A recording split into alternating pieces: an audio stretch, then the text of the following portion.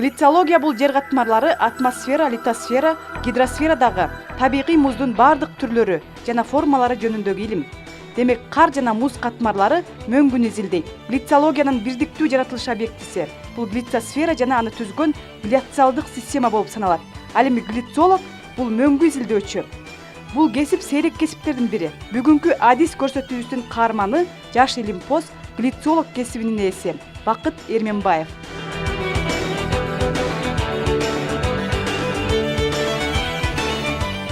Бакыт учурда Кыргыз Улуттук илимдер академиясынын суу проблемалары жана гидроэнергетика институтуна караштуу Тянь-Шань бийик тоо илимий борборунун глициология лабораториясынын жетекчиси. Илимий ишин улантуу менен эле катар глициолог болуп эмгектенет. Ал өз кесибинин чыныгы ээси. Анткени бул ишке өтө кызыгуу жана берилгендик менен мамиле кылат. Глициолог болуш үчүн бул кесипти сүйүш керек. Ансыз бул кесипти аркалап кете албайсың, себеби бул жакта аябай физический деп айтабыз, физический аябай кыйын.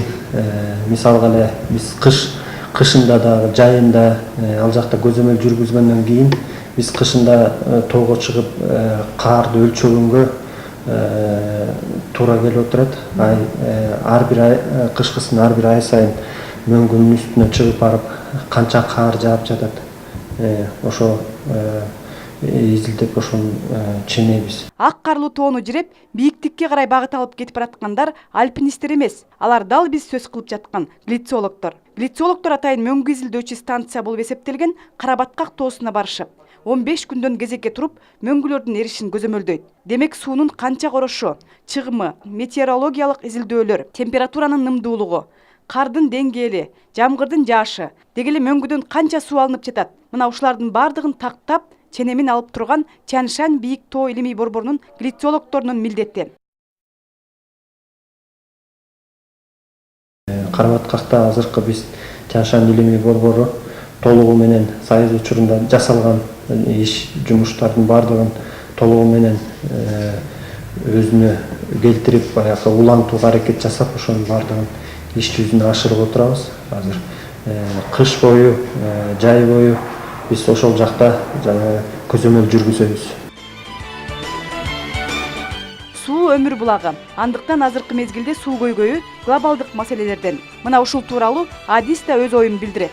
Мөңгүлөр эрип жок болуп кетсе, кургакчылык болот деген пикирлерге карата мөңгүлөрдүн артка чегинип жаткандыгын, бирок андан башка да суу булактарынын бар экендигин айтат.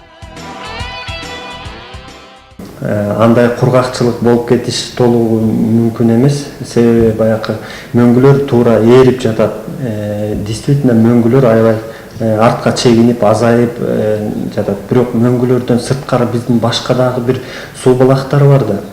Демек, баягы мисалы айтканда жамгырдын жаашы, кардын жаашы жана биз өзүбүз кышкысын ченеп жатабыз деп атпайлыбы? Канчалык деңгээлде кар жаап жатат, канча жамгыр жаап жатат. Ошолордун бардыгы, мисалга айтканда эле Карабаткак мөңгүсүндө агып жаткан, ошонун түп жагындагы агып жаткан чоң кызыл суу суусу агат. Ошонун 30% баягы мөңгү суусу деп айтсак болот да. Анан демек, мөңгүлөр, ал жердеги мөңгүлөрдүн эриши токтобой мөңгүлөр жоголуп кете турган болсо, бул суунун азайышына алып келет. Такыр эле жок болуп, суу жок болуп, баягы кургакчылык болуп кетет деген ичине туура эмес болуп калат. Тоо мөңгүлөрүнүн аралыгы деңиз деңгээлинен 3500 метр бийиктиктен башталат. Андан да бийик узактыкты багындырган глициологдор өз кесибинин чеберлери десек болот. Анткени кышкысын бийик ак карлуу тоолордун суугуна карабай үшүсө да, суук жүдөтсө да, өздөрүнүн функциясы менен алектенген. Көзөмөлдөөдөн тышкары алар бул сиздер көрүп турган чакан кичинекей бөлмөдө жарым ай жашап, күн өткөрүшөт. Тамак аштарын даярдап, бош убактысында телевизор көрүп, китеп окушуп, кыскасы алыста тоо арасында эч ким жок жерде кезекте болушат. Ал эми жайкысын аптапка чыдап, күндүн ысыгы, кыскасы иштин түйшүгүн көтөрүү керек. Адис эмгек учурундагы ар түрдүү кыйналыштарды жана эсте калган учурларды айтат. былтыр эле бир үстүнөн бир мөңгүнүн чокусуна барып чыгып, ошо мөңгүнүн чокусунан мурдагы Союз учурунда акыркы жолу ченелип, кардын деңгээли ченелген жерди биз былтыр ченегенге аракет кылдык. Ал жака биринчи жолу Союз учурунан кийин биринчи жолу чыкканбыз. Ал жака чыккандан кийин маршрутту дагы толугу менен бизге отработанный эмес, жаш илимпоздор өзгөчө. Ошентсе дагы биз баягы Союз учурунда жасалган жумушту улантуу максатында былтыр чыкканбыз. Чыгып бир топ эле кыйналыштык болду. Палаткага жаттык, суук, каар жаап, палаткабызды басып, каар бир топ жаап, ушундай кыйналган учурлар болду. Бир заматта кожо жаш болуп кете жаздадык, себеби бир үстүнөн чыгып алып кайра түшө албай калган учурлар болду. Бир күн ошол жерде камалып калган учурлар болгон. Ошентсе да шүгүр погодабыз ачылып күн тийгенде анан кийин абайлап түшүп келген учурлар болот да. Лицеологдун жумушу өзүңүздөр байкагандай негизинен тоолорго байланыштуу болгондуктан, алар эң биринчи кезекте физикалык жактан бул милдетке даяр болушу керек. Бул кесип өзүнчө эрки күчтүүлүктү, тартипке көнгөн, өтө кылдат, так, тыкандыкты, чыдамкайлыкты талап кылат. Антпесе иштин өтөөсүнө чыга албайт дейт Адис. Офисте отуруп кагаз жумуштары менен иштегенден сырткары ар кандай бир сапаттарга ээ болуш керек, бул чыдамкай болуш керек, ар түрдүү бир ситуациялар болот, аларга даяр болуш керек, атайын бир физ подготовка деп коебуз, ошондон өтүш керек. Себеби биз баягы мисалга эле кышында чыкканда аябай бир топ эле физический оор болот, каар 1 метрге чейин жаайт, ат чыга албаган жерге биз атайын өзүбүздүн снегоступ деген бир немебиз буттарыбызга кийип алып, ошол менен чыкканга туура келет. Глициология кесибине учурда көп талап жок. Ошондуктан тилекке каршы аларды Кыргызстанда даярдашпайт. Союз учурунда глициология илимин изилдөө жана глициологдорду азыркы Скрябин атындагы Кыргыз улуттук агрардык университетинде окутушкан. Анда жалпы эле союздук республикаларда глициологдордун өзүнчө тобу жана атайын профессионал кадрлардын тизмеги боло турган. Мөңгүлөрдүн изилдениши суу проблемалары үчүн албетте зарыл, бирок бул тармакка мамлекет тарабынан эч кандай көңүл бурулбайт жана каржыланбайт. У нас никто не финансирует сейчас эти работы. Принимают закон о ледниках, да, Джигурку Кинеш. Вот. В чем заключается этот закон о ледниках? Не в подготовке кадров, понимаете? Не в организации мониторинга за ледниками, вот, а в том, чтобы сделать законным, значит, то, что, как они говорят, приносят ущерб, вред ледникам, и за это взыскивать штраф. То есть они имеют в виду только одну чисто экономическую, финансовую сторону. Как бы, чего бы, с кого бы собрать побольше налогов, штрафов. Учурда Кыргыз илимдер академиясынын суу проблемалары жана гидроэнергетика институтуна караштуу Тянь-Шань бийик тоо илимий борбору мамлекеттин колдоосун күтүп олтурбастан өз алдынча иштерди жүргүзүп келет. Алардын дээрлик 70% жаштардан турат. Илимий жумуштарына кызыктырып, ошо бизди окуткан бул өзүбүздүн директор Дүшө Маматкановичке чоң рахмат айтат элек. Себеби бул кишинин саясаты баягы жаштарды, жаш илимпоздорду колдоо болуп эсептелет да. Андыктан бизди өзү окутуп, өзү чокутуп, иши кылып, бизди өзүнүн жанына алып жүрүп неме кылып атат, баягы үйрөтүп атат. Ушул кишинин аркасынан биз баягы илимге аралашып, кызыгып, аркасынан иштеп атабыз азыр. Тянь-Шань бийик тоо илимий борбору Кытай эл республикасынын Синьцзян география жана экология борбору менен кызматташып келет. Чоң Кызыл суу метеостанциясында Кыргыз-Кытай илимий изилдөө тоо экосистемасынын стационардык бөлүмү ачылган. Бул жерге жаңы заманбап жабдуулар орнотулган. Алардын өзгөчөлүгү автоматташтырылган.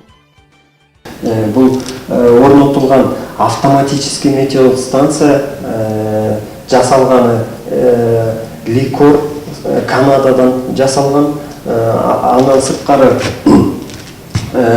автоматический метеостанция жасалган Вейсала Финляндиядан жасалган. Бул бардык өлкөдө колдонуп жаткан оборудованияларда азыркы учурда биз ушул оборудованияны орнотуп, азыркы учурда бизде бул стационарда иштеп жатат.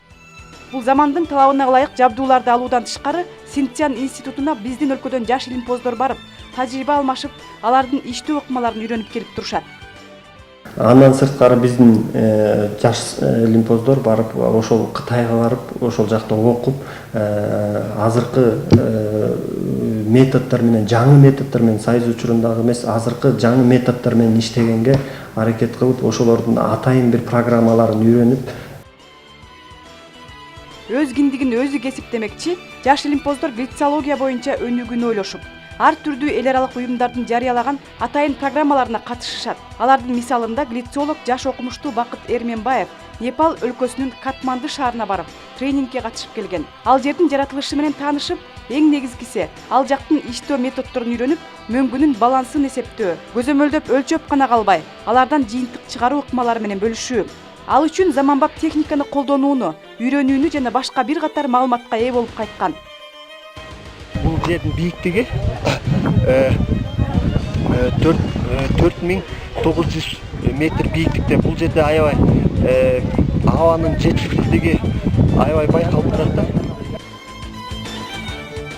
Бакыт Эрменбаев бул сүйүктүү кесиби менен эле катар илимий иш менен да алектенүүдө. Диссертациясынын темасы тескей алатоо жана ак шыйрак чокуларынын мисалында климаттын өзгөрүш шарттарындагы муздашуу зоналарындагы муздашуунун учур динамикасы. Анын алкагында жаш илимпоздун статьялары жарык көрүүдө. Акыркы учурларда мөңгүлөрдүн артка чегинүүсү, деги эле суу көйгөйлөрү өлкөдө тиешелүү мамлекеттик структуралардын да тынчыналып келет. Ага байланыштуу Тянь-Шань тоолуу өрөөнүнүн мөңгүлөрүнүн артка чегинүү ылдамдыгы жана бул регресстин фактору аталышындагы макаласы бүгүнкү күндө актуалдуу болуп саналат. Канчалык деңгээлде азайып, канчалык деңгээлде артка чегинип кеткени тууралуу биз эсептеп чыкканбыз да. Бул тема менен баягы өзүмдүн азыркы учурдагы канча биздин Тянь-Шань, биздин өзүбүздүн Кыргызстандагы Тянь-Шань мөңгүлөрү канчасы бар, канчалык деңгээлде азайып жатат. Канчалык мурда канча эле, мындан 50 жыл мурда канча эле, азыр канча эле, азыр мен жөнөкөй сөз менен айта берейин. Азыркы учурдагысы канча болду? Канчалык деңгээлде ал азайып жатат бүгүнкү күндө. Ошол сыяктуу илимий жумуштарды аткарабыз да. Сейрек жана кызыктуу кесип глицолог тууралуу маалымат алдыңыздар. Бул кесип өзүнө көптөгөн факторлорду жана милдеттерди талап кылгандыгына карабай, Бакыт аны тандап алган. Анын өз ишине берилгендигинин, аракетинин тырышчаактыгынын мисалында биз жаштарды ар дайым келечекке терең көз карашта карап, өзү каалаган, жүрөгү сүйгөн профессияга багыт алып, өз кесибин туура тандоого чакыра алдык деп ойлойм. Качан гана сен өзүңдүн өмүрүңдөгү инсандык милдеттериңдин негизгиси болгон мамлекетке кызмат өтөөдө адистигиңди жаңылбай тандасаң, анда жашооңдо бакыт таап, өнүгүүнүн алдыңкы кадамдарына ээ боло аласың.